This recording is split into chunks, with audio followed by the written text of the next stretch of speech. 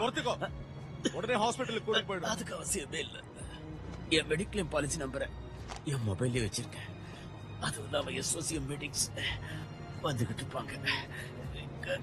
கொஞ்சம் காரை நிறுத்து.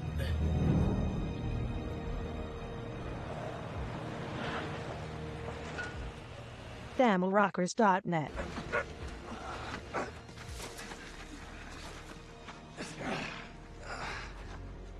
ராம்சி நீ எப்படியாவது பாதுகாக்கணும்டா.